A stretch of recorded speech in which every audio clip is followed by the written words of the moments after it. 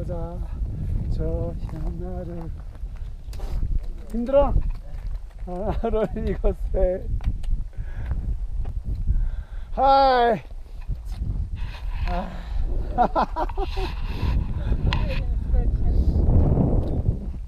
오늘은 태양이 비치고 와 죽인다. 안녕하세요. 세계 자전거 여행자 이성구입니다. 아래 자막 버튼을 누르시면 한국어, 영어, 스페인어 자막이 있습니다. 제가 직접 만들어서 올린 것이니 잘 사용하시기를 바랍니다. 오늘은 고산병에 대한 여러가지 얘기를 한번 말씀드려 보려고 합니다. 고산병의 예방 방법에 대해서 인터넷이나 유튜브를 검색해 보시면 다양한 의견들이 많이 나와 있습니다. 그리고 의사들이 말하는 고산병 대처 방법 또는 예방약 등등도 많이 나와 있으니 그것을 잘 참조하시고, 저는 제가 개인적으로 알고 있는 고산병 예방하는 방법을 한번 여러분들에게 말씀드리고자 합니다. 저는 개인적으로 높은 산을 오르는 것을 매우 좋아합니다. 지금까지 높은 산을 오른 것 중에 가장 높은 데는 다능코 네팔의 안나푸르나 소롱나 패스입니다. 해발 5416m까지 올라갔습니다. 그 다음에 오른 곳은 대만의 옥산입니다. 거기는 직접 자전거로 올라갔습니다. 대만의 타이루고에서 시작해서 옥산까지 올라갔습니다. 대만의 옥산의 해발 고도는 3952m인데 제가 올라간 도로는 한 3400 정도에 끝난 것 같습니다. 그 다음에 또 높은 데를 올라간 곳은 바로 콜롬비아의 안데스 산맥입니다. 보고타에서 메데진까지 달릴 때 알토데 레트라스라는 지역이 있습니다. 거기가 해발 3000m인데 그 위로 더 올라가서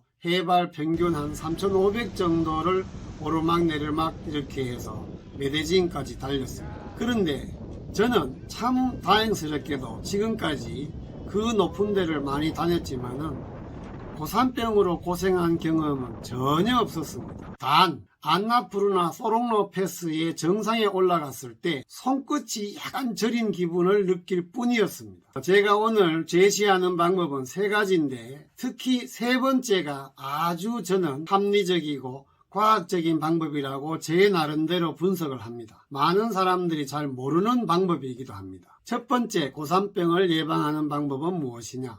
이것도 다른 사람들은 별로 얘기하지 않는 건데 제가 느낀 바이고 또 실제 목격한 바가 있어서 말씀드리는 겁니다. 예를 들어서 안나푸르나를 올라갈 때 중간부터 시작하면 어떨까라는 생각을 할 수도 있겠죠. 그러니까 포카라에서 시작하는 지점이 있을 거 아닙니까? 그러면 시작하는 지점이 절대 다수가 시작하는 지점이 있고 조금 마음이 급한 사람들이 더 위에서 시작하는 경우도 있겠죠. 제가 안나푸르나를 갔을 때 어느 한국 20대 여성분이 보통 사람들이 시작하는 곳에서 시작하지 않고 그곳에서 지프를 타고 한 300m인가 더 올라가서 시작을 하더라고요. 그때 저도 그 유혹에 살짝 마음이 흔들렸습니다. 그러나만은 그곳에서 시작하면은 문제가 있을 수 있겠다 싶어서 여러 사람들과 함께 시작점에서 출발했습니다. 그런데 그렇게 먼저 갔던 사람들 상당수가 고산병에 걸려서 하산하는 경우를 저는 목격했습니다. 그때 좀 전에 얘기했던 그 여성분도 다른 사람들과 함께 고산병으로 결국은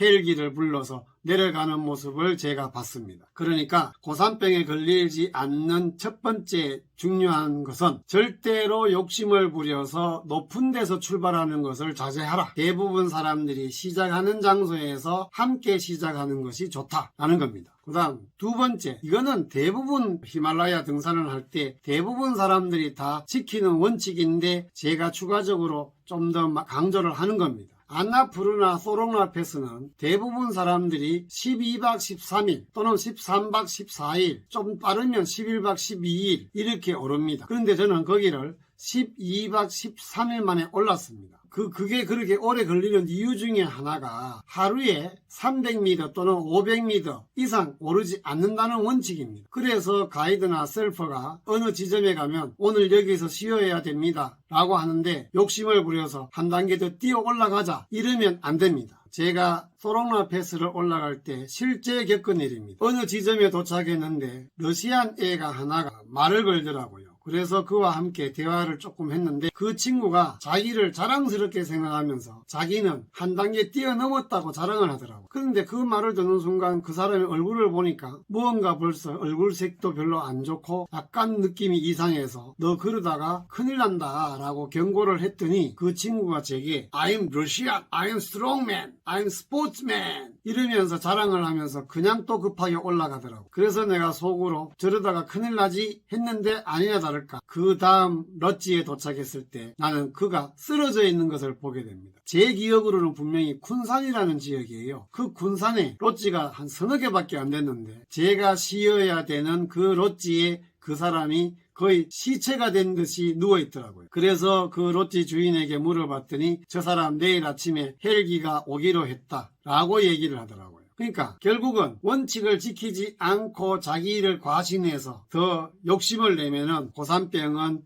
너그럽지 않은 것 같습니다. 그래서 원칙을 지키는 게 매우 중요합니다. 그런데 약간의 갈등이 생길 수가 있어요. 왜냐하면 셀퍼나 혹은 가이드를 구하면 그들이 일당을 받잖아요. 그래서 일부러 날짜를 더 길게 하는 경우도 있을 수가 있습니다. 저도 가이드가 마지막 한 500m 남았을 때 하루는 100m만 올라가야 된다고 우기더라고요. 그래서 내가 생각하기에는 100m 올라가나 300m 올라가나 비슷한데 나는 지금까지 아무 문제가 없었으니 더 올라가자 라고 했더니 그가 고집을 부리더라고요. 그래서 아마 속으로 이 친구가 하루 일당을 더 벌기 위해서 이러나 그런 생각도 좀 들었습니다만은 결국은 그가 원하는 대로 100m만 올라가고 거기에서 쉬었습니다. 글쎄요, 200m 더 올라가서 300m까지 갔어도 아무 문제가 없을 수도 있겠지만은 어쨌든 가이드가 하라는 대로 하는 게 더 좋습니다. 그런데 고산병은 정말 이거는 케이스 바이 케이스입니다. 건강하다고 해서 고산병에 안 걸리고 허약하다고 해서 고산병에 잘 걸리냐? 그것 또한 아닙니다. 그리고 체질적으로 고산병에 정말 잘 안 걸리는 사람도 걸릴 수가 있습니다. 저와 함께 같이 갔던 셀퍼는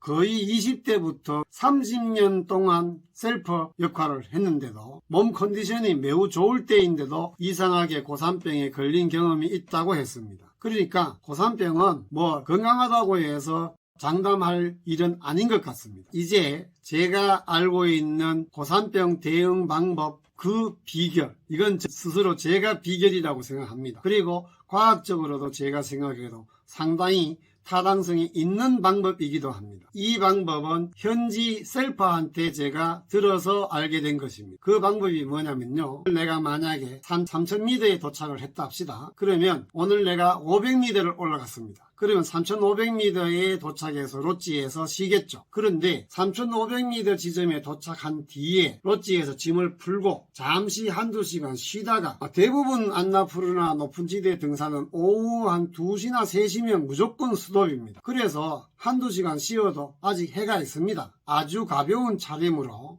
최대 100m, 적으면 50m 정도만 더 올라갔다가 다시 내려오는 겁니다. 자, 이 원리는 제가 생각해도 상당히 과학적이고 합리적인 것 같습니다. 고산병이라는 것은 적응을 못한다는 거잖아요, 우리 신체가. 그런데 다른 사람들은 3500m에 도착해서 거기에서 쉬고 있지만 나는 쉬다가 조금 다시 더 올라갔다가 내려오면은 내 몸은 이미 하루 전날 100m 정도 더 적응력을 갖춘 게 되잖아요. 그래서 저는 이 방법이 상당히 과학적이고 합리적인 방법이라고 제 스스로 생각합니다. 저는 이 방법을 좀 더 확대 해석해서 이렇게 할 수도 있습니다. 자, 내가 만약에 3800m 고지에 도착을 했는데 약간 뭔가 몸의 상태가 안 좋아졌다. 그런데 몸이 약간 안 좋아진 것은 대부분 사람들이 겪는 것이니까 거기에 하루 자고 나면 그 다음날 또 괜찮아져서 올라갈 수 있습니다. 근데 만약에 아침에 일어났는데도 전혀 좋아지지 않고 점점 더 나빠지고 있거나 아니면 올라가는 도중에 심한 어떤 고통을 느끼면 그때 이 방법을 적용을 해보자라는 겁니다. 자, 예를 들어서 3500m에서 출발해서 3800m까지 올라가는데 한 3600, 700 올라가는데 너무 심하게 좀 뭔가 점점 안 좋아지는 증상이 나타날 수 있잖아요. 그러면 거기에서 무리를 해서 억지로 올라가지 말고 다시 후퇴를 해서 원래 출발했던 3500 지점에 가버리는 거예요. 그리고 거기에서 하루나 이틀 정도 휴식을 취한 다음에 다시 올라가면 우리 몸이 적응이 되겠죠. 그러니까 우리 몸을 적응시키기 위해서 약간 더 휴식을 취한 다음에 약간 더 높은 곳에 올라갔다가 다시 내려오는 방법. 이게 고산병을 예방하는 아주 좋은 방법이라고 제 나름대로 그렇게 생각을 합니다. 근데 이걸 아는 사람들이 정말 없더라고요. 그래서 혹시 여러분들에게도 도움이 될까 한번 이야기해 보는 겁니다. 그래서 오늘 일반적으로 많은 사람들이 이야기하는 고산병 예방 방법은 인터넷이나 또는 유튜브에 많이 나와 있으니까 그거를 참조하시고 제가 이야기한 세 번째 방법도 잘 고려해서 대응하시기를 바랍니다. 그리고 아까 제가 말했다시피 첫 번째 것도 상당히 주의해야 될 점이라고 저는 생각합니다.